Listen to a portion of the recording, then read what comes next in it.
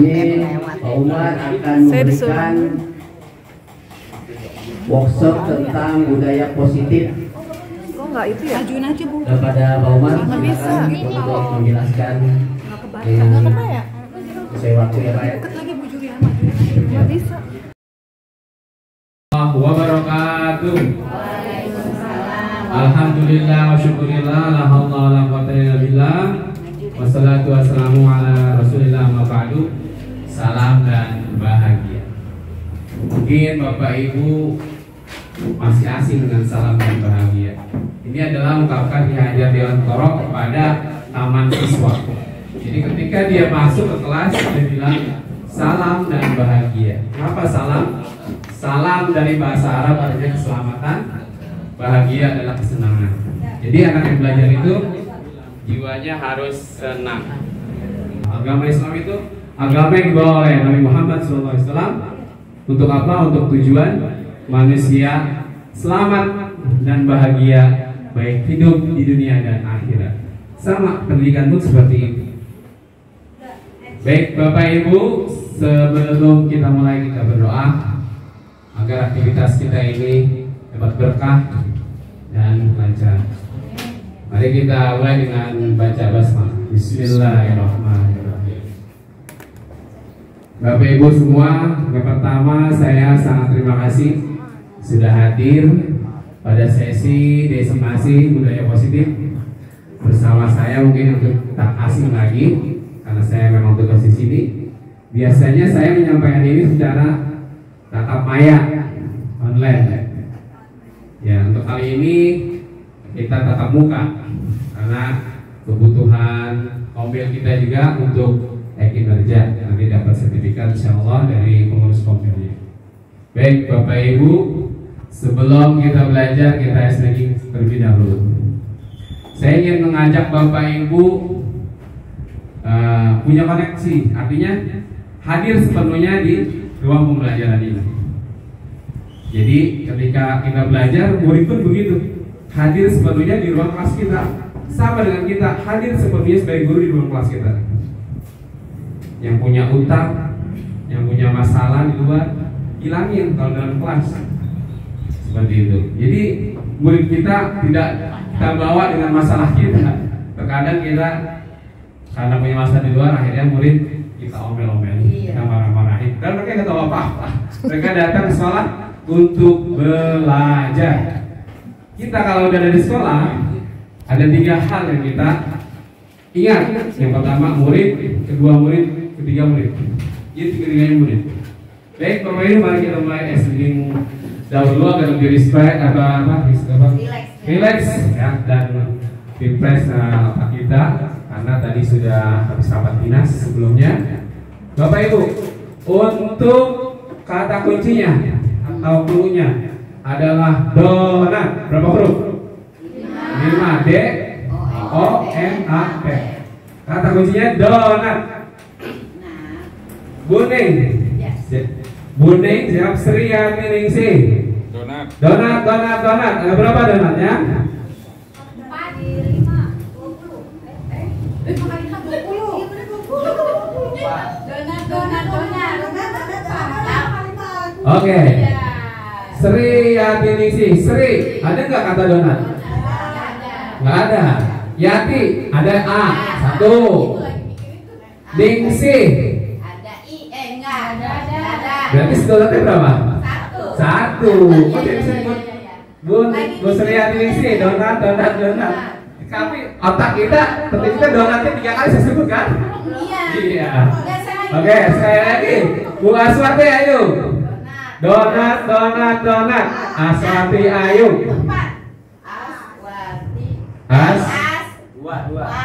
Wah. A-nya 3. Ayo pakai O ya. 3 ya. Iya. 3. Yang jawab seharusnya Bu As ya. Soalnya Aswati ayo. Bukan Sri Ningsih. Oke, yang muda nih sekarang. Ibu Didis. Donat. Didis nama lengkapnya siapa Ibu Didis? Didis aja lah, nggak apa-apa. Kan Didis. Ada berapa donatnya Bu Didis? Ada 2. Yang lain kawan-kawan ada berapa? Didis ya. Idis ada 2. Nama panjangnya siapa? Devi, Diavani, Desinta. Ada 2 A-nya ya. Iya. Baik, kita SBG yang kedua. Sudah mulai melek kan? Sekarang melanjutkan angka.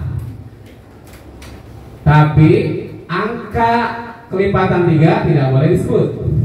Kelipatan 3, 6, 9, 12 dan seterusnya. Ingat, jangan disebut.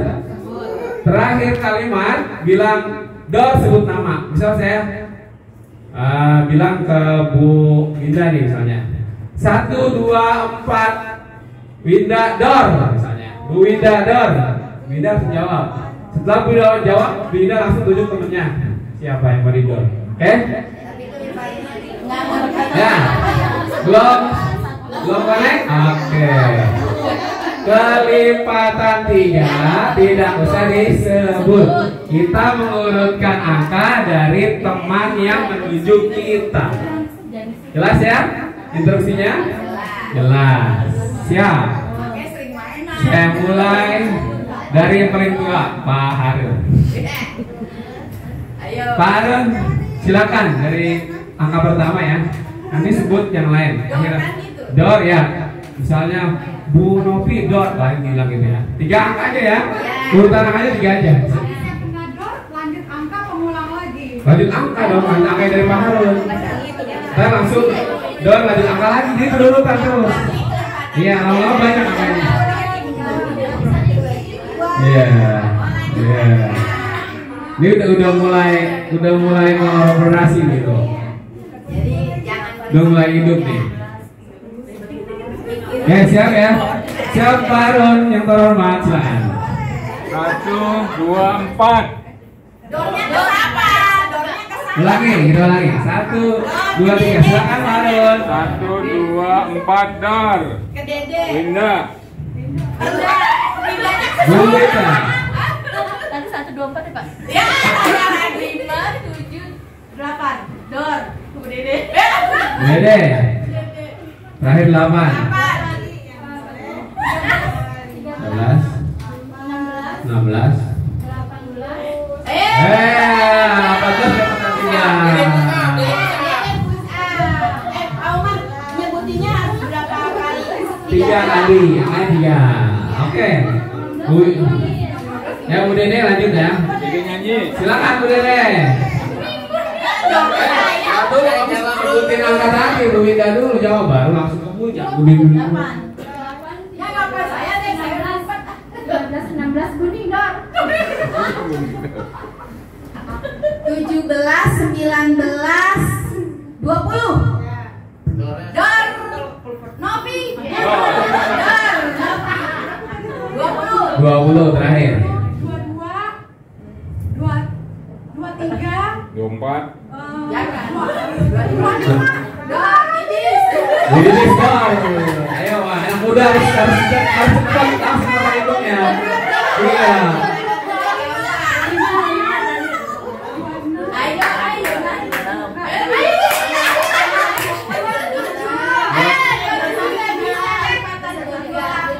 Delapan.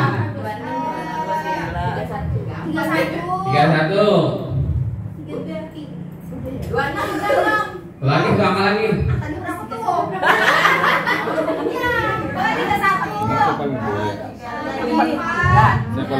Ya, boleh 31. Pak Imam tuh.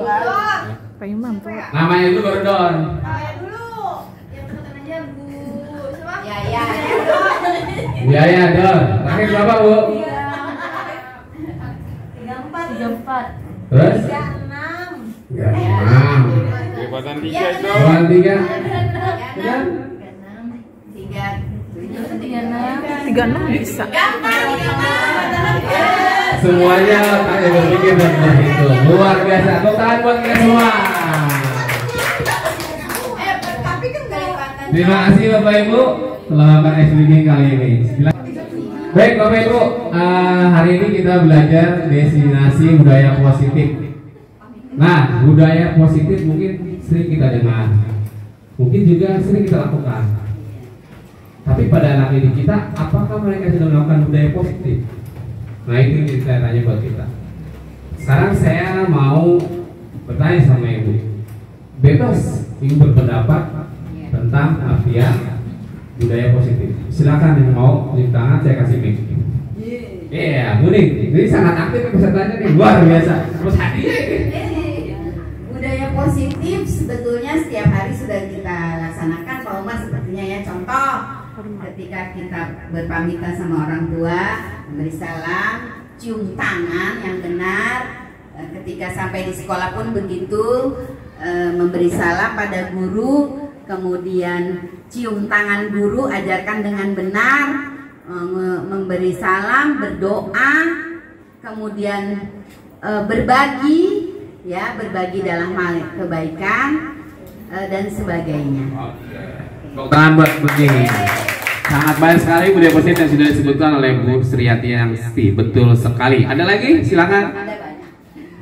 Ya, terima kasih udah mau buat tangan-tangan. Berarti paling mudah ditis. Budaya positif itu kan salah satu contoh kecil untuk menumbuhkan karakter anak di sekolah. Nah, salah satu contohnya itu nggak usah jauh-jauh yang pembulian. Itu kalau kita terapkan dengan baik, maka menjadi budaya positif yang berkurang pembulian di sekolah. Itu yang pertama. Terus yang tadi Ibu Ning sebutin juga lupa. Jadi intinya gitu untuk menumbuhkan karakter baik anak, Pak. Jadi menghilangkan pembulian. Itu salah satu contohnya itu yang paling sering.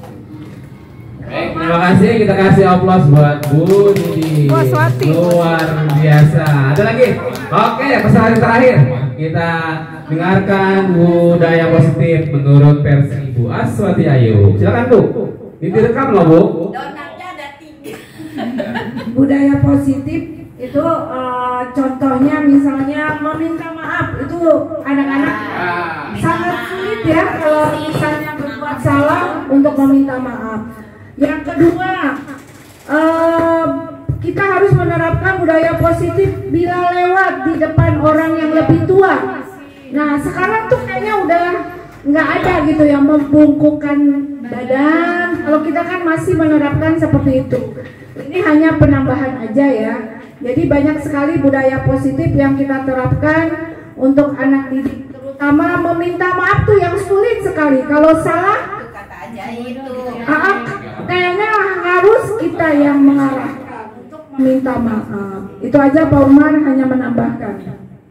Terima kasih Bu Aswati. Tepuk tangan buat Bu Aswati, Bu Ning, dan Bu Didi. Next, Pak Imam.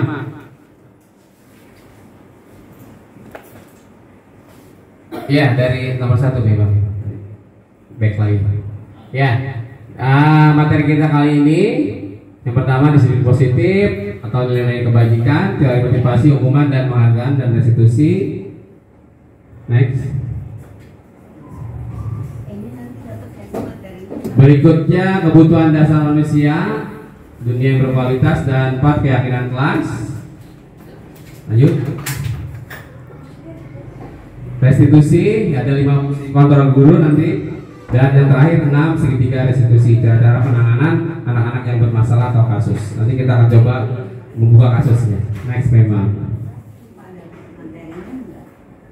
Dapat jawab. Oke. Tadi teman-teman sudah mengungkapkan beberapa orang tentang disiplin positif.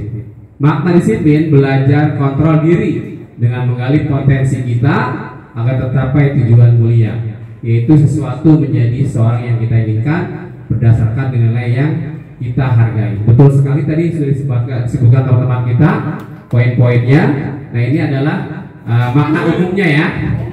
Nah makna umum dari disiplin positif. Next tema. Baik, Bapak Ibu saya akan bertanya. Bapak Ibu setuju apa tidak? Untuk nomor 1, hukuman dapat mendisiplinkan anak. Setuju atau tidak? Setuju. Baik. Nomor 2, pemberian hukuman dengan hal positif seperti membaca atau membersihkan halaman sekolah dapat meningkatkan disiplin anak. Setuju atau tidak? Ada yang jawab belum tentu? Ada yang setuju? Oke, lanjut. Ada yang setuju? Tunjuk tangan yang setuju. Yang tidak setuju? Tunjuk tangan yang tidak setuju. Ya, tidak setuju. Oke, baik. Kita hargai semua pendapat di sini.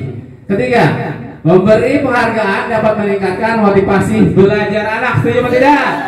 Angkat tangan yang setuju. Oke, kita akan sama-sama benar apa tidak jawabannya. Kayak kuis nih. Oke, memang next. Coba lihat.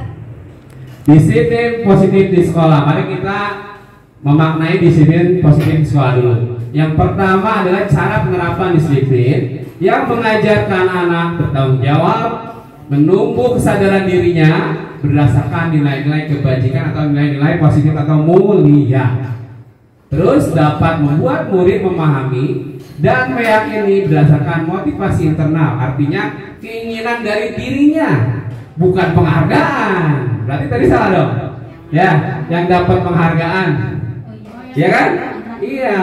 Jadi di kurikulum Merdeka penghargaan kepada murid lagi tidak perlu. Yang kita gali adalah kesadaran diri mereka. Itu namanya motivasi internal. Kesadaran dari dalam diri mereka itu lebih utama karena akan membiasakan mereka sendiri, membentuk karakter mereka sendiri. Baik, selanjutnya lebih ke arah yang ketiga, lebih ke arah disiplin diri yang dapat mengontrol diri dalam melakukan segala tindakan. Jadi dari motivasi intrik dari dirinya sendiri, dia bisa mengontrol dirinya sendiri. Lanjut. Ini yang kedua ya. Tadi kan pertama sudah, ini kedua pembahasannya tentang teori motivasi, hukuman, penghargaan dan restitusi. Motivasi itu keinginan manusia. Hukuman itu kan ada hukuman, ada peraturan, ya kan? Ada penghargaan. Terakhir restitusi. Restitusi itu bagaimana penanganan anak yang mempunyai kasus-kasus. Lanjut.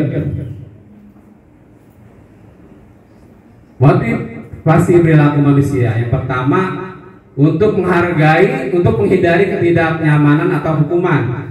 Kita memakai helm untuk menghargai atau untuk supaya kita nggak ditilang sama polisi, betul kan? Ya kan, bikin dari hukuman kan, berarti pakai helm.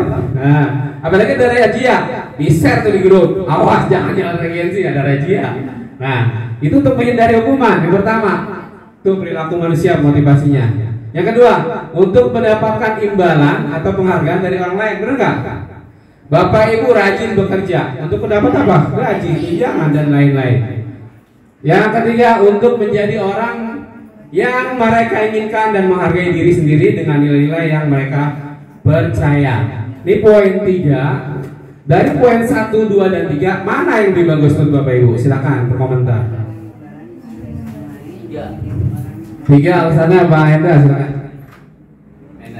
Karena kalau menurut saya 3 itu kan untuk menjadi orang yang mereka inginkan dan menghargai diri sendiri dengan nilai yang mereka percaya. Artinya begini, motivasi itu atau sesuatu itu, peraturan itu harus timbul dari dirinya sendiri, kesadaran, ya, bukan paksaan. Gitu, seperti itu yang harus saya Iya, bilang. kalau yang dewasa nih anak-anak. Terima kasih Pak Enda, luar biasa. Kita kasih aplaus buat Pak Enda. Ada lagi? Silakan. Bebas, kita bebas berpendapat di sini. Silakan. Ada yang lagi mau berpendapat? Ada lagi mau berpendapat? Mendapatkan imbalan kalau saya. Iya. Jadi konteks kita di sekolah, konteks kita di ruang kelas kita adalah konteks yang nomor 3. Betul yang dikatakan Pak Enda. Kenapa? Untuk anak-anak itu kita harus bisa meyakinkan dia, kita harus bisa mengeksplorasi kompetensi atau kemampuan mereka untuk mereka percaya diri, untuk mereka senang hati, untuk mereka nyaman. Ketika itu didapat oleh mereka, ketika mereka belajar, mereka akan tenang. Mereka akan menjalankan semua instruksi kita, tugas-tugas yang kita berikan, penjelasan yang kita sampaikan. Mereka akan fokus. Tapi kalau yang 1 dan 2 itu tadi ada motivasi eksternal, bukan dari dirinya, tapi dari luar. Karena pertama ingin menghindari hukuman. Nanti Udin kalau kamu jalan-jalan terus bunuh suruh berdiri di depan kelas, kamu menghindari hukuman kan? Si Udin akan diam, duduk rapi si Udin, karena takut diogo oleh Bu Nopi.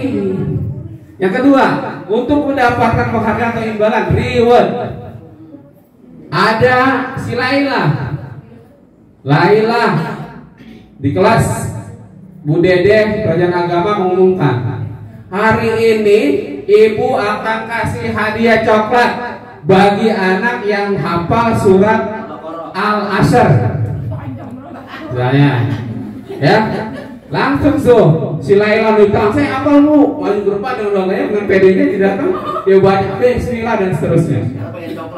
Itu motivasinya, yaitu dengan coklat, dengan reward.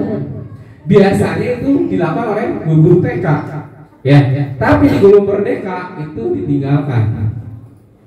Yang kita pakai adalah untuk menjadi orang yang mereka inginkan dan menghargai diri sendiri dengan nilai yang mereka percayai. Karena sebagaimana Ki Hajar Dewantara bahwa pendidikan kita, ya, pahlawan pendidikan kita itu konsep-konsep pendidikannya, bahwa tujuan pembelajaran menurut Ki Hajar Dewantara adalah menjadikan manusia yang berguna buat dirinya, buat keluarganya, buat orang lain, bisa bermanfaat, berfaedah kalau bahasa Ki Hajar Dewantara, berfaedah buat dirinya, artinya faedah itu dari bahasa Arab, artinya manfaat, berfaedah buat dirinya, keluarganya dan orang sekitarnya, sesuai dengan hadis Nabi, khairukum anfa'ukum linnas, ya, sebaik-baik manusia adalah orang yang bermanfaat buat orang lainnya. Jadi bukan hanya dirinya. Tetangga kita kesulitan, airnya mati mesinnya, ya kan, kita lihat di depan mata kita. Jangan sampai kita apa? Jangan sampai kita diminta, kalau bisa kita tawarkan. Silakan, ini air saya masih, alhamdulillah masih keluar untuk ibu keperluan, misalnya masak atau mencuci itu. Nah, itu adalah yang nomor 3, seperti tujuan Ki Hajar Dewantara. Baik, Pemam next. Maaf. Coba balik lagi. Baik lagi Pemam. Ya, Bonik. Untuk menjadi orang yang mereka inginkan dan menghargai diri sendiri dengan nilai-nilai yang mereka percaya. Contohnya misalnya dengan apa? Dengan kata-kata, dengan contoh perilaku. Ini mungkin ya menurut saya nih buat apa namanya, masukan buat yang junior. Siap. Jadi untuk menjadi orang yang mereka inginkan, tadi kan dibilang di dalam kelas ya, intinya begitu. Maksudnya gini, bukan mungkin ketika anak itu melakukan satu bukan tindakan kesalahan atau misalnya mengerjakan sesuatu yang belum benar gitu ya Pak Omar, jangan kita langsung bilang ke dia itu, kamu gimana sih? Misalnya ya, kita kan namanya juga tadi kata Pak Umar, mungkin ada sesuatu yang terjadi dengan diri kita sehingga dilampiaskan ke anak. Ini sering sih saya juga dengar misalnya, kamu bego banget sih misalnya gitu, atau kamu gimana ya, itu kan sudah bukan mematikan, dia jadi down gitu loh, jadi kayaknya dia kurang percaya diri. Nah, sebaiknya sebagai guru banyak kata-kata motivasi untuk anak-anak, untuk menjadikan orang yang mereka inginkan, menghargai gitu loh. Jadi ketika dia juga, saya sering mendapatkan anak juga yang banyak kekurangan, misalnya ada dia tidak bisa banget matematika atau yang lain untuk menghafal, tapi dia pasti ada kelebihan dalam menggambar, dalam dia enggak, maksud saya nih buat sharing aja gimana menumbuhkan diri, kepercayaan dirinya seperti itu gitu. Jadi guru juga ya Pak harus hati-hati dalam bicara. Ya, terima kasih Bu Ning, sangat luar biasa lagi sekali masukannya. Nanti ada kita di materi berikutnya. Nanti juga ada sesi teman-teman untuk menanggapi hal itu. Baik, next Pak Imam. Nah, ini adalah perkataan Ki Hajar Dewantara. Menurut Ki Hajar Dewantara tentang merdeka.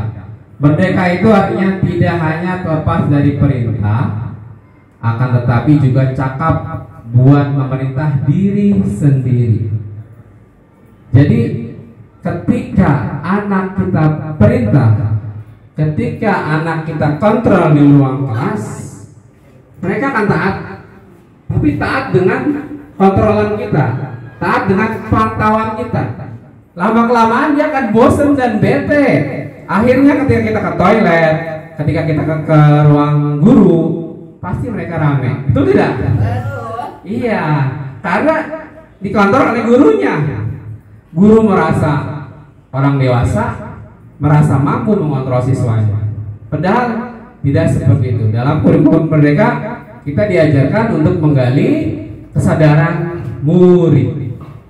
Dia diam, dia mengikuti pelajaran dengan baik, itu dengan kesadaran dirinya. Karena dengan dia mengikuti pelajaran Bu Ning, Bu Depi dan seterusnya, itu dia manfaat buat diri dia, bukan buat Bu Depi atau Bu Ning, bukan. Ya, si Udin belajar dengan Pak Suhendar. Ilmu yang dari Pak Suhendar bermanfaat buat diri si Udin, bukan buat Pak Hendar. Pak Hendar cuma bangga kalau si Udin jadi dokter, jadi polisi dan seterusnya. Jadi kemerdekaan anak-anak itu di kelas tetap ada, tidak boleh kita kunci dengan aturan, kunci dengan hukuman dan seterusnya. Baik, lanjut memang. Sekarang kita lihat perbedaan antara hukuman dan konsekuensi. Yang pertama, mencatat 100 kali di dalam buku kalimat. Saya tidak akan terlambat lagi karena terlambat ke sekolah. Menurut Bapak Ibu, hukuman atau konsekuensi? Hukuman. Catat ya, hukuman. Nanti ada jawabannya. Kedua, lari mengelilingi lapangan basket 2 kali karena terlambat hadir di sekolah. Hukuman atau konsekuensi? Hukuman. Lanjut, Pema. Pertanyaan yang berikutnya, murid diminta untuk push up 15 kali karena tidak menggunakan masker ke sekolah ketika zaman COVID ya. Yang berikutnya, hukuman atau ini konsekuensi? Tidak pakai masker. Ada yang bilang hukuman, ada yang konsekuensi. Gak apa-apa. Kita kan di sini diskusi, kita berkolaborasi, saling berbagi pengetahuan saja ya. Menggantikan kertas tugas teman yang telah dicoret-coret, hukuman atau konsekuensi? Konsekuensi. Lanjut memang. Masih ada lagi ya. Membersihkan apa tuh? Membersihkan tumpahan air di meja tulis karena tersenggol pada saat belajar. Hukuman atau konsekuensi? Konsekuensi. Murid disuruh untuk mengenakan sepatu seharian di sekolah karena tidak mengenakan sepatu hitam. Hukuman atau konsekuensi? Hukuman. Lari mengelilingi lapangan basket 2 kali karena terlambat 10 menit untuk pelajaran PJOK. Hukuman atau konsekuensi? Aduh, bingung. Lari mengelilingi lapangan basket. Udin disuruh lari sama Pak Yahya ya karena terlambat 10 menit pelajaran PJOK. Ada yang jawab konsekuensi, ada yang hukuman, ada yang ragu-ragu. Baik, kita lihat memang jawabannya. Nah, kita lihat yang pertama, mencatat 100 kali kalimat yang Bapak Ibu suruh itu hukuman. Karena kalau hukuman itu tidak ada korelasinya, nggak ada kaitannya, itu hukuman. Terus lari ngelilingi lapangan basket karena terlambat, kan nggak ada korelasinya antara dia terlambat sama lari. Ada nggak? Nggak ada. Itu hukuman. Berarti, jadi kalau nggak ada korelasi hukuman. Berikutnya, murid diminta untuk push up 5 kali karena tidak menggunakan masker, itu juga hukuman. Nggak ada korelasi antara pakai masker sama lari, sama push up. Yang berikutnya, menggantikan kertas teman yang telah dicoret-coret. Nah, ini konsekuensi karena dia telah mencoret kertas temannya, dia harus ganti. Ada kan hubungannya? Karena dia udah nyolek keras temannya, lalu dia ganti. Nah itu konsekuensi. Berikutnya, membersihkan tumpahan air di meja, ya, karena menyenggol tumbler atau tempat minum temannya, itu konsekuensi. Karena dia sudah menumpahkan air, dia harus membersihkan. Itu konsekuensi, bukan hukuman. Terus murid disuruh tidak mengenakan sepatu seharian di sekolah karena mengenakan sepatu hitam. Ini juga hukuman, nggak ada hubungannya antara pakai sepatu hitam atau sepatu yang lain. Terus dia disuruh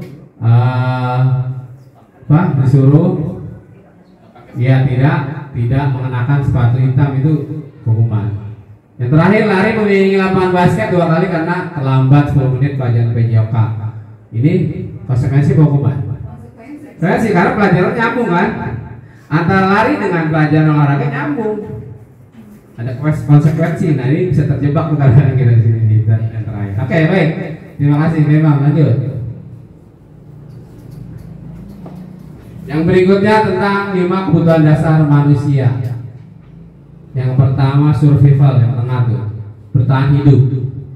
Pasti manusia bertahan hidup. Sejelek-jeleknya manusia bertahan hidup dengan mengambil hak orang lain. Berikutnya belonging atau love, cinta, gambaran cinta ini ya, love, kasih sayang dan rasa terima. Pasti semua dari kita, jangan kita pungkirilah, pasti kita ingin disayang, terutama istri pasti pengen sayang suaminya, terutama laki-laki pasti ingin dilayani oleh istrinya, kan seperti itu ya. Kasih sayang, sama murid kita pun seperti itu. Mereka punya rasa bertahan hidup. Ketika mereka dijahit temannya, mereka melawan. Akhirnya jadilah percekcokan, adu mulut, bahkan sampai fisik. Itu bang sudah kebutuhan dasar manusia. Terus kasih sayang, mereka juga di kelas pengen disayang. Saya pernah, ini pengalaman saya, benar ini memang benar.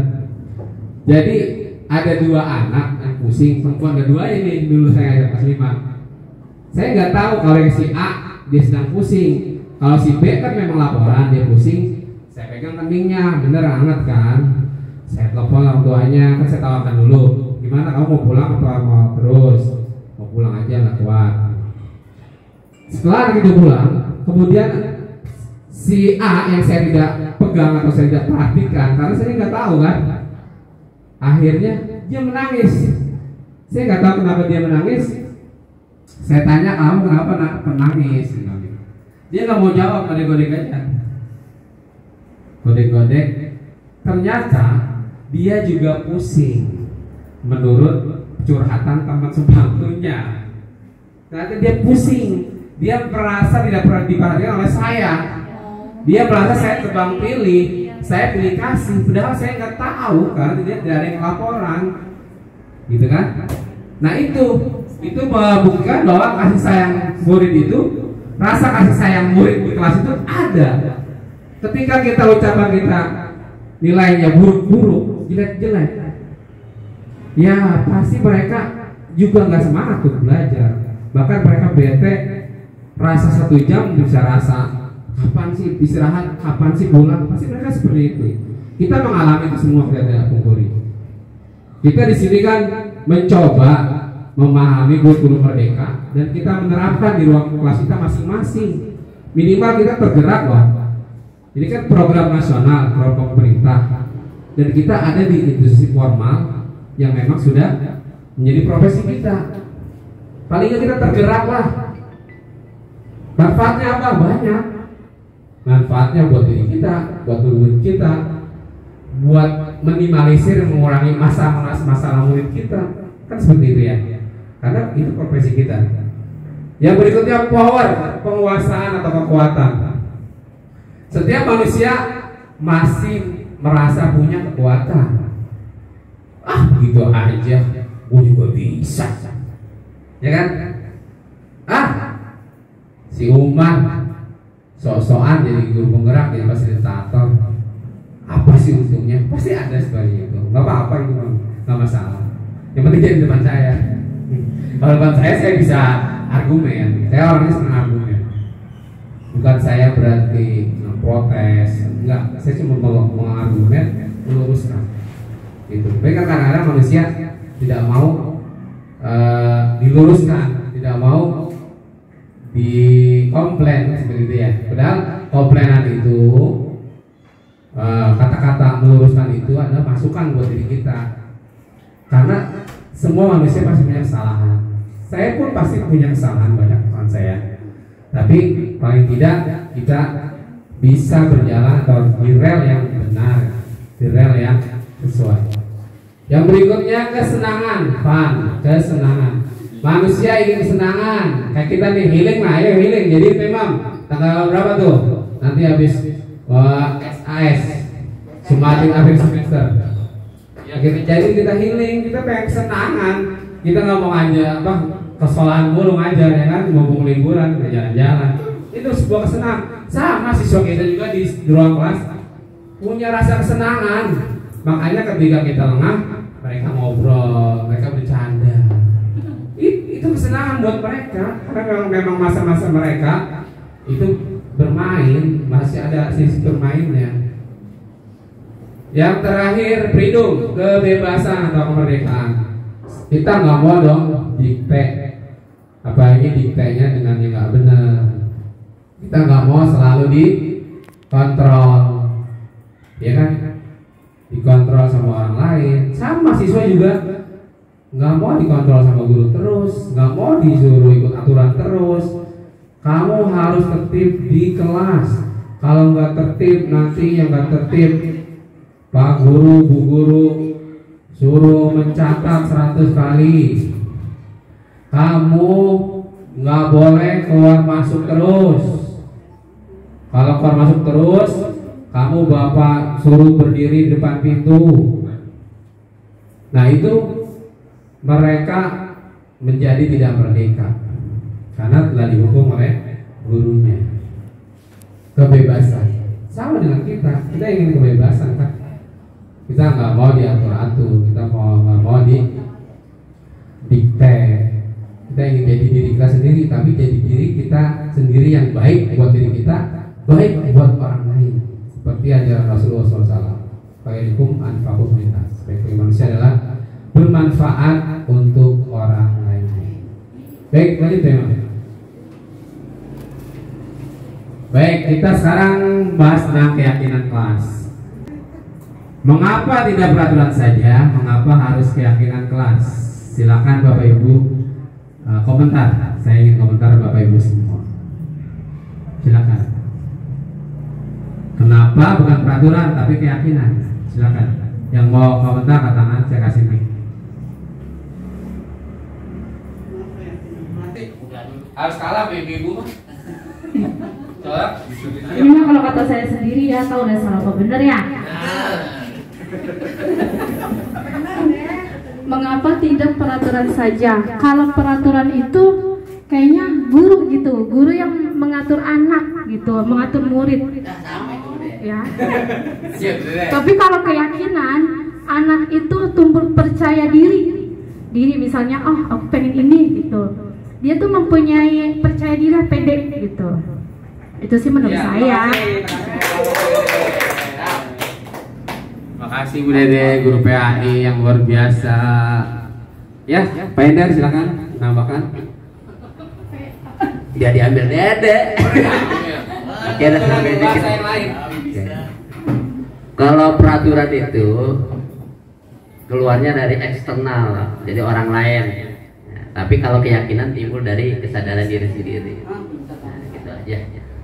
Jadi kalau dari orang lain itu unsurnya terpaksa. Kalau dari luar, tapi kalau dari diri sendiri, dia tidak protes. Misalkan gini, sebetulnya memang bikin peraturan itu memang harus dari keyakinan dan kesepakatan, gitu. Karena nanti misalkan kalau yang terlambat, nanti begini, yuk kita sepakatin apa nih, ibaratnya jenis yang harus dihukum atau gimana ya, yang melanggar. Ya. Karena kesepakatan, jangan sampai guru yang membuat kesepakatan sendiri, seperti itu Pak. Ya, terima kasih Pak Endar, betul sekali. Ya, antara peraturan dan keyakinan sangat berbeda sekali. Mari kita lihat slide berikutnya, Pak Imam. Survei membuktikan keyakinan kelas. Keyakinan kelas atau sekolah berupaya pernyataan universal, artinya pernyataan yang sifatnya umum ya, kata-katanya tuh umum, bukannya dilarang mencontek, dilarang buang sampah di kolong, itu kan lebih spesifik. Kalau universal itu umum, yang mudah diingat, dipahami, dan harus diterapkan dalam lingkungan sekolah. Guru berperan dalam mewujudkan terbentuknya keyakinan sekolah atau kelas dengan adanya kesepakatan antara guru dan murid. Jadi kalau peraturan dibuat oleh institusi atau guru pribadi, kalau keyakinan kelas dibuat bersama-sama murid, guru dan murid. Guru mengarahkan. Mari kita lihat langkah-langkah membuat keyakinan kelas. Silakan Pak Imam lanjut. Sebelum itu kita pahami dulu antara peraturan dan keyakinan kelas. Selalu kembalikan buku ke tempatnya. Peraturan. Apa keyakinan kelasnya? Tanggung jawab. Kan perbuatan membalikan buku itu tanggung jawab mereka kan. Jadi membentuk karakter pembiasaan mereka. Kita sadarkan itu. Seperti itu. Jadi bahasanya jangan peraturan lagi, tapi tanggung jawab. Berikutnya, dilarang mengganggu orang lain. Ya kan, menghormati orang lain, bahasa peraturan kelasnya. Tanggung jawab, misalnya peraturan kelasnya tanggung jawab jujur dan tanggung jawab misalnya. Berarti kan kalau jujur nggak boleh mencontek, nggak boleh melihat kerjaan temannya, ya kan? Tanggung jawab ya tanggung jawab atas dirinya, atas kerjaannya, nggak boleh mencontek dan lain-lain. Menghormati orang lain berarti nggak boleh bertengkar, nggak boleh membuli, nggak boleh ngatain. Nah itu sudah masuk dalam kalimat menghormati orang lain. Hadir di sekolah 15 menit sebelum belajar dimulai. Peraturan. Gimana keyakinan kelasnya? Menghormati orang lain, berkomitmen. Ya, menghormati orang lain, berkomitmen.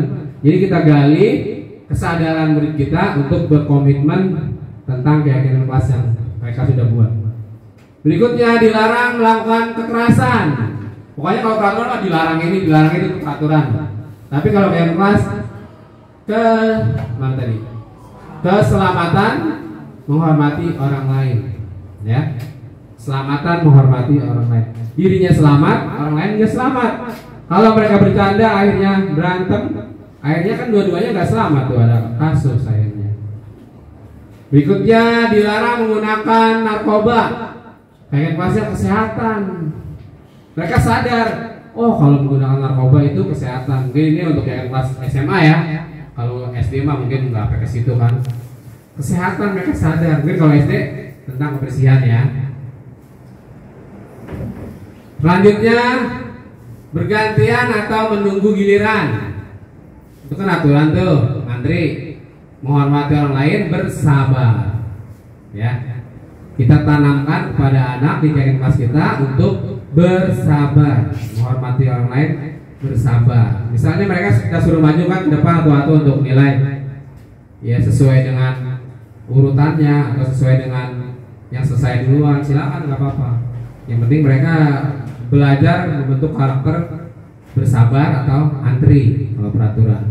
Berikutnya, gunakan masker. Peraturan keyakinan kelasnya kesehatan atau keselamatan. Jangan berlari di kelas atau koridor sekolah, lorong-lorong sekolah. Keselamatan dan keamanan, keyakinan kelasnya.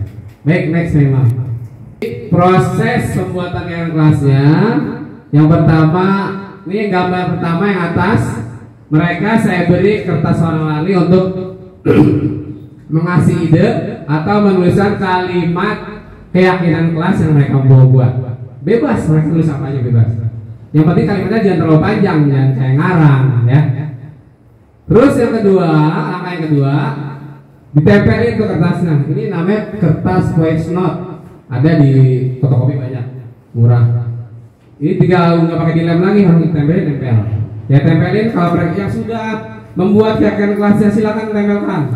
Semangat mereka bu, tempelin ke depan. Lanjut, memang next.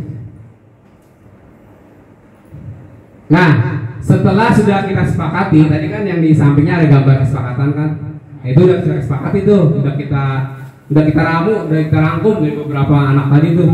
Kita yang mengasih pengertian, Oh, tadi ada yang nulis jangan buang sama sembarangan, jangan makan di kelas. Oh, berarti itu jaga kebersihan kelas. Kita kasih kalimatnya, tetap kita arahkan. Kita nggak tulis semuanya. Kita ambil 4 sampai 6 poin paling banyak. Agar kenapa? Agar mereka tidak lupa. Ini terakhir. Lalu memang si tadi. Ini yang terakhir ya. Mereka tanda tangan. Kita siapkan nama mereka, daftar diri mereka. Mereka tanda tangan. Jadi mereka tanda tangan apa yang sudah kita sepakati bersama antara guru dan murid. Jadi mereka merasa, oh udah nanda tanganin keyakinan kelas yang udah disepakati bersama. Gitu ya. Fakta integritas bahasa Pak Suenda. Baik, selanjutnya memang. Nah ini tadi ibu masuk kesepakatannya. Ini juga yang tulis mereka bukan saya. Kalau tulisan saya mah bagus. Lanjut. Oke, sekarang kita ke materi posisi kontrol. Ya. Saya minta siapa nih ya? Yang muda aja ya? Ya, yang muda. Ya, oke. Bu Devi, silakan. Bu Devi sama Bu Dede. Bu Devi dan Bu Dede. Suruh buka kepalanya Dede, kuat nggak Dede? Dede aja yang Bu Dede kepalkan tangannya. Devi yang suruh. Bu Dede saya beri intan berian emas permata yakut yang sangat termahal di dunia. Iya. Ini barang berharga Bu Dede ya, saya berikan. Jangan pernah dikasih orang lain. Karena ini buat Bu Dede. Bu Dede jual, mau Bu Dede pakai silakan. Genggam erat-erat, jangan sampai lepas. Silakan Bu Dede. Genggam erat-erat. Bu Dede si A, Bu Devi si B. Silakan Bu Devi dengan rayuan, dengan intimidasi, dengan sekuat tenaga ambil intan berian permata yang Bu Dede punya.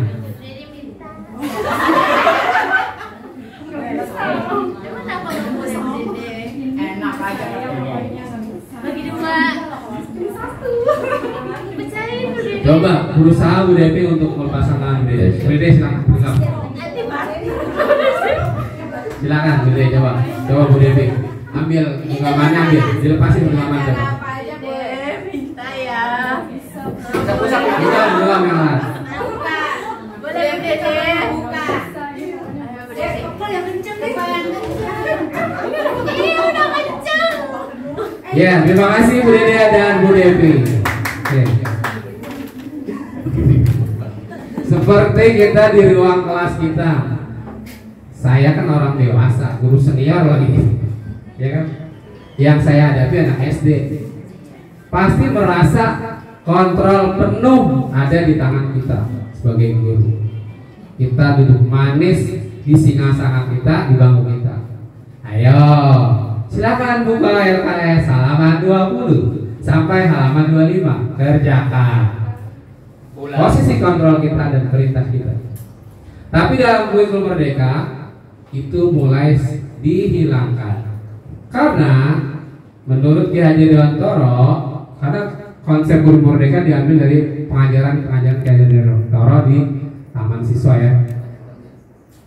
Jadi kata Ki Haji Dewantoro ya, bahwasannya anak itu terlahir ada kodrat alam dan kodrat zaman. Sama dengan Islam, anak itu terlahir dengan fitrahnya. Fitrahnya itu, kodratnya itu ada kodrat baik, ada kodrat buruk.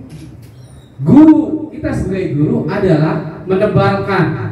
Artinya menebalkan itu bahasa Dewantoro ya, menebalkan. Artinya apa? Kita mengubah kodrat buruk itu menjadi kodrat yang baik, agar terus menerus mereka ulang, akhirnya membentuk karakter mereka jadi baik. Seperti guru agama memerintahkan sholat 5 waktu, terus dilaksanakan, akhirnya mereka terbiasa. Tanpa disuruh, mereka akan terbiasa sholat karena memang itu kewajiban kita, kewajiban dia terhadap Tuhannya, untuk dirinya mendapat pahala, untuk dirinya supaya tidak dapat siksa. Kesadaran yang dibangun, bukan hukuman. Masih tadi memang bisa kontrol lagi. Ya. Tadi kita sudah praktekkan sama Bu Dede. Kontrolnya ada di Bu Dede apa Bu Devi? Ada Bu Dede, di Bu Dede. Sama anak-anak juga punya posisi kontrol, ya. Dia nggak mau merasa dipantau terus, dikontrol terus sama gurunya. Seperti itu. Maka kelas akan membosankan gitu. Di sini tujuannya kita bersama-sama, ayo kita bergerak, kita praktekkan, kita coba praktekkan gitu. Saya juga tidak, saya sedang mencoba, sedang tergerak untuk itu, untuk lebih baik buat guru saya di ruang kelas saya. Dan saya ingin berbagi kebaikan ini kepada Bapak Ibu agar juga menerapkan tentang materi yang tadi sebelumnya. Baik, memang lanjut. Nah, posisi kontrol guru ada 5. Sebagai penghukum tadi kita sudah bahas ya. Sebagai teman ada, itu pernah kita praktekkan pasti. Pembuat merasa bersalah ada nggak? Iya, cuma kita nggak sadar. Benar. Iya. Ani, kamu jangan begitu. Coba dong perhatikan penjelasan ibu. Kamu nggak sayang sama bu guru. Ibu udah capek-capek ngomong panjang-panjang. Kamu enak-enaknya ngobrol. Merasa bersalah nggak tuh murid? Merasa bersalah. Walaupun itu udah lembut ya. Lembut itu ya, halus, tapi mereka merasa bersalah. Apalagi pada tingkatan SMP SMA, artinya empatinya itu udah lebih dalam, mereka udah dewasa. Penghukum pasti udah tahu lah, penghukum mah, ya kan? Dihukum. Teman tadi itu teman. Kalau teman, kita anggap teman. Ayo, Udin, nulis yang bagus, ya. Nulis yang bagus, Udin. Demi Pak Guru, ya kan? Seperti itu. Artinya itu sebagai teman. Terus pemantau, ya kan? Pasti memantau. Itu Ani sama si Laila jangan ngobrol terus. Coba dikerjakan tugasnya. Itu mantau tuh, mantau. Tetap kiranya ada di bangku ya. Yang terakhir manajer. Manajer, tahu kan istilah manajer? Mengatur ya. Mengatur bagaimana pembelajaran, proses pembelajaran di kelas kita manage dengan baik, itu manajer. Nah, dari kelima posisi kontrol guru ini, mana yang sekarang diterapkan? Saya tanya Bapak Ibu. Sebagai teman, oke. Ada lagi? Hampir semua. Ada lagi? Oke, terima kasih jawabannya. Lanjut memang, kita lihat jawabannya. Posisi kontrol guru yang baik adalah manajer. Hukuman bisa anak jadi down, anak jadi takut, mereka bisa jadi merasa dihukum terus, merasa bersalah terus. Terus teman juga, kalau jadi teman takutnya mereka melonjak atau melancong sama gurunya karena dianggap teman. Seenak-enaknya nantinya, ya. Menghukum teman juga kurang bagus, ya. Membuat merasa bersalah juga jangan sampai. Yang kita ambil ada terakhir, yang manajer. Guru membuat sesuatu bersama murid, mempersilahkan murid mempertanggungjawabkan perilakunya dan mendukung murid agar dapat menemukan solusi atas permasalahannya sendiri. Posisi manajer mengacu pada restitusi yang dapat menjadikan murid sebagai manajer bagi dirinya sendiri hingga terciptanya identitas positif berhasil pada dirinya. Jadi intinya kita menyadarkan diri dah, intinya menyadarkan diri mereka bagaimana tentang keyakinan kelas tadi yang sudah mereka buat bersama-sama, seperti itu. Jadi yang kita ambil adalah posisi manajer sebagai guru. Lanjut tema. Motivasi internal, nah ini dalam diri ya. Artinya keinginan dalam diri internal untuk menjadi orang yang mereka inginkan dan menghargai diri sendiri dengan nilai yang mereka percayai. Kalau hukuman kita hindari, kenapa? Hindari hukuman dan pemberian penghargaan berlebihan agar minimalisir motivasi eksternal dalam diri murid. Karena hukuman, mereka diam karena hukuman itu karena kita yang buat peraturan. Kalau berantem di kelas, hukumannya berdiri di depan kelas misalnya. Itu hukuman. Mereka akan diam tertib karena takut dihukum. Jadi bukan dari dalam diri mereka sendiri, jadi karena hukuman kita, mereka diamnya. Tapi kalau motivasi internal dari dalam diri mereka sendiri, mereka sadar dengan kesepakatan kelas yang mereka buat. Lanjut memang. Oke, segitiga restitusi ini ya. Artinya proses menciptakan kondisi bagi murid untuk memperbaiki kesalahan mereka sehingga mereka bisa kembali pada kelompok mereka dengan karakter yang lebih kuat. Jadi kalau ini masalah kasus-kasus anak, kita bisa pakai alur segitiga restitusi. Lanjut tema. Yang pertama, ini ya Bu, di bawah, menstabilkan identitas. Artinya apa? Ketika anak ada masalah, kita jangan langsung, kenapa sih kamu begini terus? Kamu ini bikin repot ibu guru. Nah, itu tidak menstabilkan, malah jadi down. Mereka jadi bertambah masalahnya. Mereka punya masalah sama kayak kita juga punya masalah, gitu kan? Jadi kuadrat masalahnya. Jadi menstabilkan identitasnya. Setiap orang pasti pernah melakukan kesalahan. Kita bilang, Gary, setiap orang punya kesalahan. Sekarang apa yang kamu langgar? Saya udah 5 hari Pak, terlambat terus. Ya, berarti kamu sudah melanggar apa? Keyakinan kelas kita Pak. Bagus enggak Pak? Nanti kita cari solusinya bersama-sama, gitu bahasanya. Kamu bukan satu-satunya yang pernah melakukan ini. Berarti dia merasa dibela sama kita. Walaupun di sana kita ada kalimat pembelaan.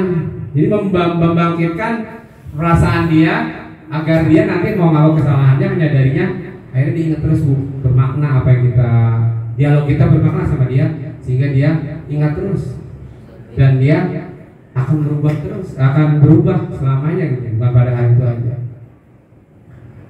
Lanjutnya, memvalidasi kebutuhan.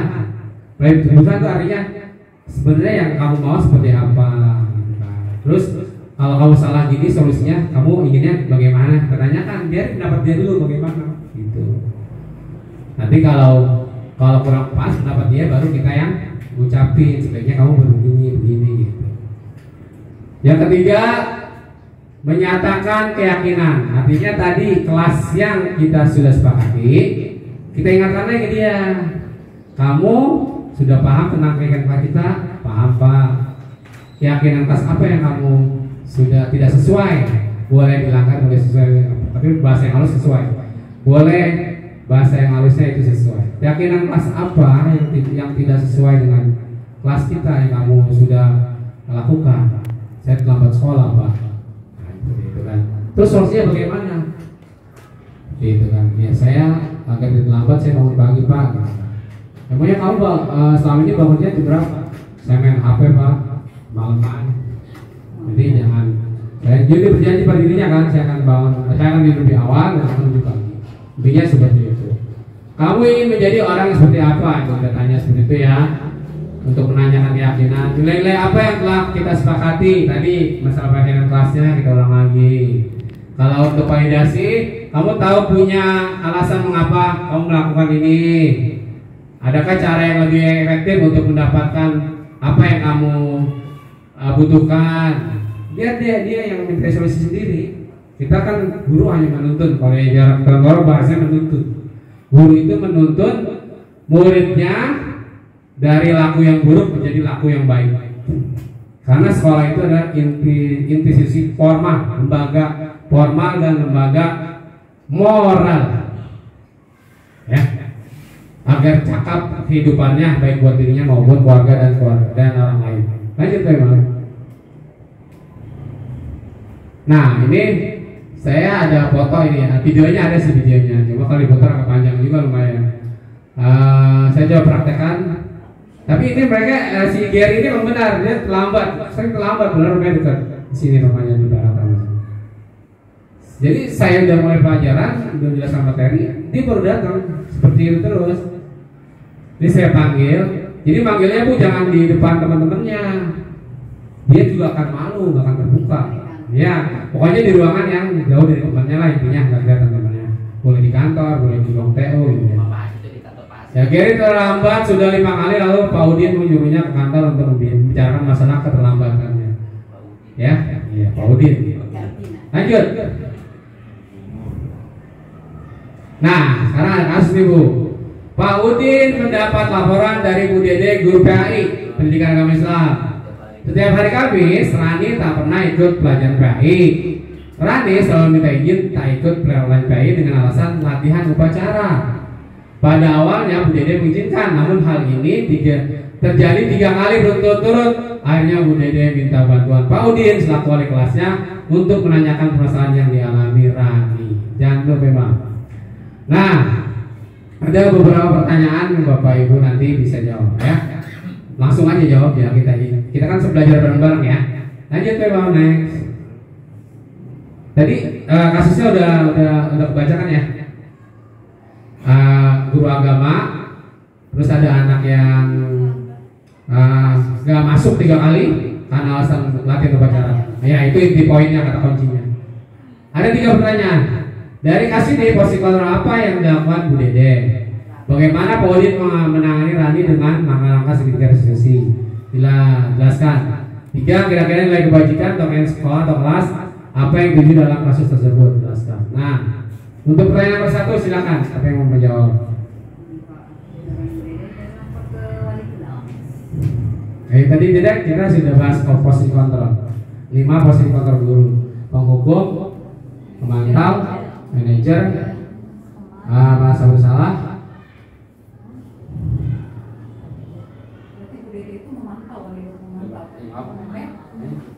Iya, apa-apa. Sini nggak ada benar salah. Kamu belajar kok. Kalau lihat dari kasusnya tadi kan Bu Dede sudah memperhatikan ya 3 kali berturut-turut. Nah, ketika 3 kali berturut-turut tidak mengikuti pelajaran agama, kemudian dia melaporkan ke wali kelas untuk menanyakan lebih lanjut. Artinya Bu Dede ini hanya sebagai pemantau. Nanti mungkin wali kelasnya bisa jadi sebagai manajer atau gimana gitu. Ya, terima kasih Bu Novi pertanyaannya, jawabannya luar biasa. Mungkin ada pendapat lain, Bapak Ibu? Bu Dede sebagai pemantau kata Bu Novi. Nanti jawabannya ya. Kita jawab yang 2 dulu. Bagaimana Pak Udin menangani Rani dengan langkah-langkah segitiga restitusi tadi? Menstabilkan identitas, validasi, menanyakan keyakinan kelas. Coba ada yang mau menjawab, silakan. Sama di kelas saya ini kalau saya tanya baru diam aja. Oke, kalau tidak ada kita lanjut ke jawabannya saja. Silakan Pak Imam. Jawaban yang pertama, dalam kasus ini Bu Dede awalnya mengambil posisi kontrol sebagai pemantau. Betul Bu Novi, tepuk tangan. Luar biasa. Pemahamannya sangat luar biasa. Udah gak boleh dapat penghargaan, udah merdeka. Tetapi menetapkan keyakinan dan kemampuan siswa. Dengan mengizinkan Rani untuk tidak mengikuti pelajaran PAI setiap Kamis atas dasar alasan latihan upacara. Namun setelah 3 kali turut-turut, jadi akhirnya kesel juga lah. Ya kan, giliran pelajaran gua aja gak masuk. Mau agama gak penting apa? Begitu bahasanya. Akhirnya Bu Dede melaporkan kepada Pak Udin selaku wali kelasnya agar bisa ditangani ya. Ini jawaban pertanyaan yang pertama tadi sudah dijawab Bu Novi, terus sekali. Lanjut, Pak Imam. Pertanyaan yang kedua, jawabannya Pak Udin sebagai wali kelas dapat menangani masalah dengan langkah-langkah restitusi. Yang pertama, dia berempati dulu. Ya, mendekati Rani dengan sikap empati, mencoba memberi alasan bagaimana kenapa dia nggak masuk pelajaran PAI, ya kan? Memberi pokoknya intinya alasan Rani apa sih yang ikut belajar Bu Dede, ya kan? Terus kedua, menjelaskan dampaknya kalau nggak belajar PAI, kamu nggak dapat nilai-nilai religius, agama, itu kan baik buat agama kamu, gitu, dan seterusnya. Terus membuat kesepakatan, ya. Artinya mengingatkan kesepakatan kelas tadi juga nggak masalah, diingatkan lagi. Ya, Pak Udin dan Rani mencapai kesepakatan ya dapat terima bersama, bisa berupa jadwal khusus untuk latihan upacara, tidak bertabrakan dengan jadwal PAI ya. Itu lanjut terima.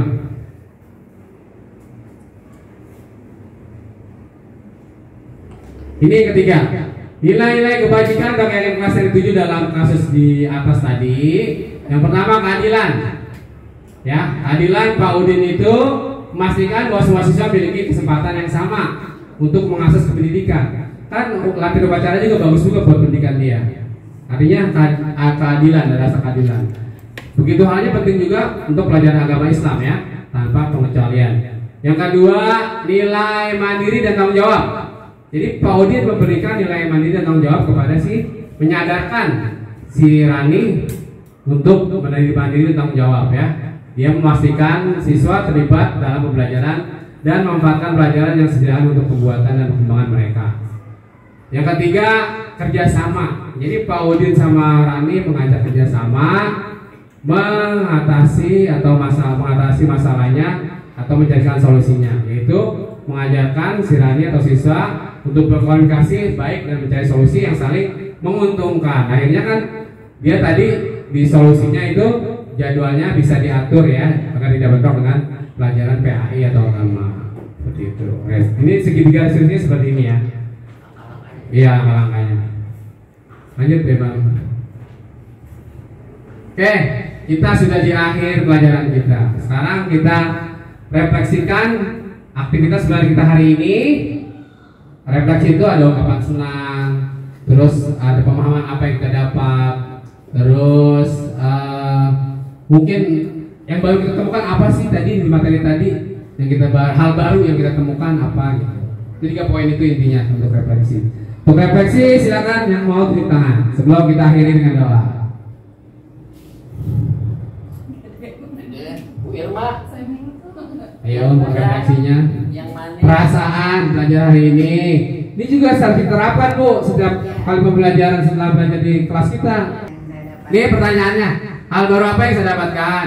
2, perasaan apa yang muncul selama ikutin desimasi ini? Tadi gue positif ya. Ya semuanya tuh materi yang tadi.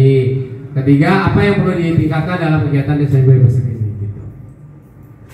Kan mengungkapkan perasaan ya mungkin senang atau mungkin Bomar kelamaan, Bomar berbelit bicaranya nggak apa salah. Itu kan nanti pemasukan buat saya sebagai pembicara. Ya. Jangan takut dengan kritikan, karena kritikan itu menandakan angkat kaki. kelemahan kita yang kita akan kita perbaiki sendiri. Gitu, ya. Ayo silakan untuk refleksi. Ungkapin aja. Ya Bu Dede kayaknya nih masalah. Nggak apa-apa. Aktif nih Bu Dede. Hal baru yang Bu Indah habis Bu Dede. Ya, berurutan. Ya, silakan. Hal baru apa saja yang saya dapatkan? Alhamdulillah banyak ilmu yang saya dapatkan ya. Gacor kan kalau dikasih hikmah. Aja Bu Dede. Contohnya apa tuh? Iya ya, contohnya kita mengajar anak itu satu percaya diri, yang kedua itu sama anak kalau misalnya anak ini nakal atau misalnya dia bandel kita rayu ya, terus jangan dikasih apa tadi reward atau hadiah ya. Iya itu berarti kita puja-pujinya tuh bocah ya. Saya rajin tuh bocah. Yang tiga. Yang ketiga, apa yang perlu ditingkatkan dalam kegiatan diseminasi budaya positif kali ini? Kalau saya sih yaitu tadi permisi. Memang jarang banget anak misalnya ada orang tua gitu ya. Kalau saya nih jujur ya masih ada orang tua tuh masih bungkukin badan gitu. Tapi zaman sekarang itu bener-bener nggak ada banget. Dan terus sama minta maaf. Kadang-kadang anak misalnya dia dikejar nangis dia mau bocah ya sama temennya. Minta maaf. Terus apa? Itu enggak, dia langsung duduk cuek. Nah, kalau saya kenapa itu dia nangis? Coba kamu bilang minta maaf ya. Jangan diulangi lagi. Itu aja Pak Umar, terima kasih. Terima kasih, itu perasaan dan Bu Dede yang dapat hari ini. Kita kasih aplaus dulu buat Bu Dede. Lanjut ya, Bu Nopi nih. Apa Bu Nopi? Perasaan saya mengikuti diseminasi ini ya pasti senang ya. Jangankan saya, pasti semua juga teman-teman senang karena mendapatkan ilmu. Karena selama ini ternyata pas kalau ngelihat diseminasi ya, ternyata semua yang dilarang itu yang kita lakukan seperti itu. Kayak saya suka kadang entah itu hukuman atau sebenarnya kayak konsekuensi boleh kita lakukan Pak. Boleh nggak sih Pak? Maaf sih. Sebenarnya kalau konsekuensi juga udah harus ditinggalkan walaupun merdeka ya. Walaupun merdeka itu udah nggak boleh konsekuensi lagi. Nah, kita bangun dari tadi sadar diri mereka, sadar dirinya. Dengan keyakinan kita udah buat, kita kan fokus di kontekstual di ruang kelas kita ini. Kalau di luar mah itu urusan lain ya. Di konteks kita di ruang kelas kita aja lah gitu ya, kita agar dalam pembelajaran itu apa yang kita sampaikan nyampe ke anak. Ya berarti memang banyak sekali, banyak banget yang saya, terutama saya ya, banyak sekali hal-hal yang ternyata tidak boleh diterapkan di kurikulum Merdeka. Saya masih menerapkan, seperti ada, saya lebih seringnya konsekuensi gitu kan, tapi ternyata di konsekuensi ternyata juga tidak boleh juga. Jadi pada intinya terima kasih Pak Umar untuk desiminasi ini dan mengingatkan dan mengecas kembali gimana caranya kita bisa berusaha untuk menjadi guru merdeka. Seperti itu. Terima kasih. Terima kasih Bu Novi, luar biasa refleksinya. Baiklah Bapak Ibu, terima kasih atas kehadirannya pada pagi menjelang siang ini. Saya apresiasi dengan 2 jempol. Bapak Ibu walaupun sudah kenal saya, tapi tetap mau mendengarkan. Biasanya kan kalau orang yang biasa sih Umar kan gitu ya. Tapi alhamdulillah Bapak Ibu dengan penuh semangat, dengan penuh perasaan yang gembira, dengan antusias sambil bermain ice breaking dan lainnya, sambil diskusi jalan juga. Saya rasa artinya ada nilai positif pada hari ini kita bersama. Semoga kita semuanya, saya, Bapak Ibu semuanya bisa menerapkan. Mari kita tergerak. Pertama kita tergerak dulu buat diri kita, buat ruang kelas kita, apa yang sudah kita dapat untuk implementasi kurikulum Merdeka. Ya, jadi bukan hanya guru penggerak yang harus bergerak, bukan. Semua guru harus bergerak. Kalau nggak bergerak mah diam aja di bangku, bukan guru itu mah. Ya, sertanis. Ya, gitu. Jadi kita harus bergerak. Bagaimana mengontrol siswa, bagaimana menangani kasus siswa, bagaimana memberikan motivasi kepada siswa, kan seperti ya. Mudah-mudahan dengan desiminasi budaya positif ini kita semua diberi kelancaran dan menerapkan implementasi kurikulum Merdeka. Akhir kalam, saya mohon maaf yang sebesar-besarnya mungkin penyampaian saya kurang pas dan lain-lain sebagainya. Saya mau dimaafkan. Semoga nanti kedepannya juga kalau saya misal Bapak Ibu, Pak Umar saya pengen kurikulum Merdeka yang tentang ini, insya Allah saya bisa berbagi lagi. Nah itulah kurikulum Merdeka sejelas yang saya sampaikan tentang budaya positif di sekolah. Semoga bermanfaat buat diri saya dan buat kita semua. Amin ya rabbal alamin. Tutup dengan doa dengan membaca hamdalah. Alhamdulillahirabbil alamin.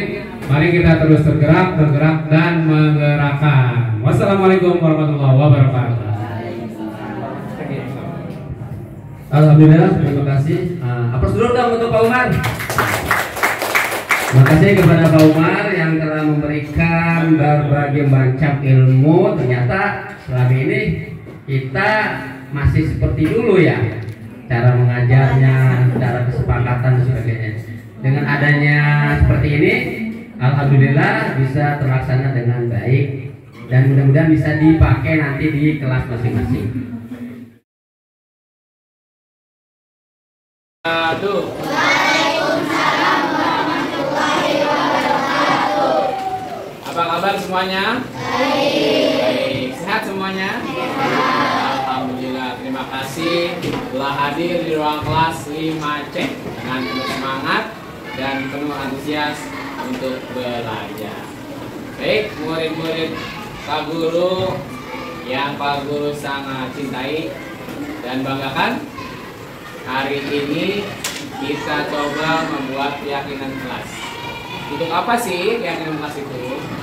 Untuk menjaga ketenangan, ketertiban, kenyamanan kelas kita dalam belajar di ruang kelas 5C. Ya. Keyakinan kelas itu butuh pemahaman, butuh keyakinan dari diri kamu sendiri. Karena kamu yang membuat bersama-sama dalam satu kelas ini ya. Nanti Bapak bagikan kertas berwarna, kalian tulis satu ya, satu keyakinan kelas yang kalian inginkan.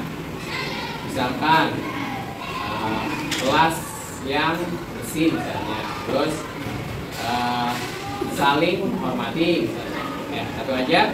nanti setelah kalian menulis bisa kita tempel bersama-sama di papan tulis. Setelah itu kita sepakati bersama-sama, kita pilih beberapa poin yang utama. Nah, itu kita jadikan keyakinan kelas kita bersama. Nah, nanti apabila keyakinan kelasnya sudah dipajang di dalam kelas, nanti kalian itu bukan peraturan, tapi itu keyakinan kelas kamu. Kamu berarti sudah tahu kan? Jadi kamu harus laksanakan dengan baik, ya. Agar apa? Agar belajar kita jadi tenang, nyaman, aman, fokus, dan kita bisa belajar dengan hati yang gembira. Siap? Siap. Ya, sekarang Pak Guru bagikan kertasnya ya. Terpanjang. Nanti setelah kita sepakati, kalian akan tanda tangani. Karena kan sudah sepakati bersama. Jadi kalian tanda tangani, nanti sudah Bapak siapkan untuk formulir tanda tangannya, daftar tanda tangannya. Kalian siapkan tanda tangan dari sekarang. Silakan prepare ya.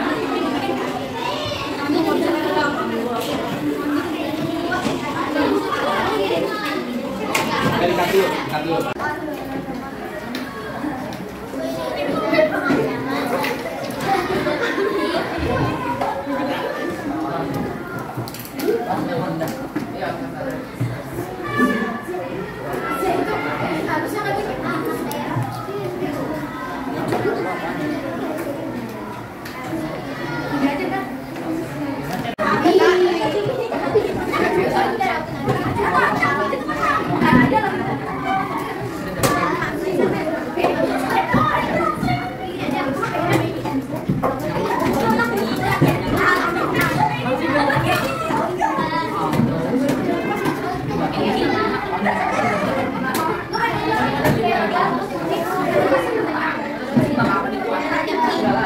Baik anak-anak, setelah kita sepakati keyakinan kelas kita, ya ada 6 poin.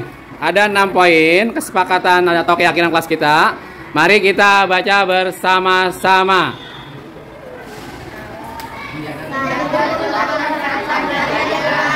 Coba ulangi, satu apa? Menjaga ketenangan saat belajar di kelas. Oke, sekarang yang kedua.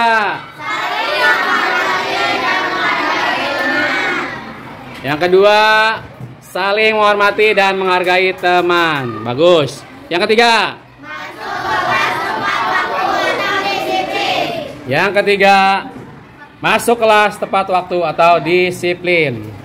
Yang keempat.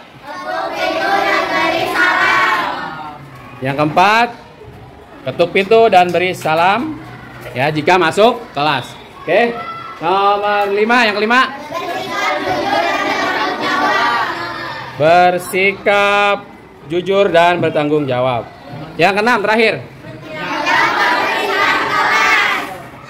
Menjaga kebersihan kelas.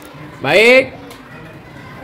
Anak-anak semua, kita sudah menyepakati keyakinan kelas kita.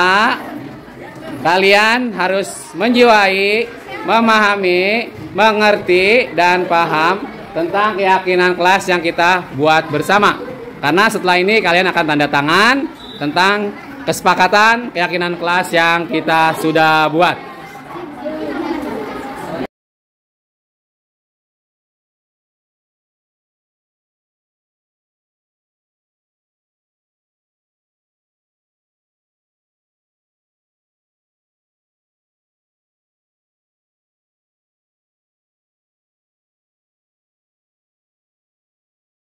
Gimana perasaannya Nadia dan harapannya setelah membuat keyakinan kelas? Cukup senang karena kita telah membuat hasil kesepakatan kelas. Harapannya semoga kelas dapat damai. Semoga kelas bisa damai ya. Terima kasih Nadia. Panji silakan ungkapkan perasaan dan harapannya tentang keyakinan kelas yang sudah kita buat dan sepakati. Ya, enjoy belajarnya, seru, bisa membuat keyakinan kelas, dan juga harapannya semoga kelasnya semakin damai dan tentram. Nah, sekian, terima kasih. Baik, terima kasih Panji.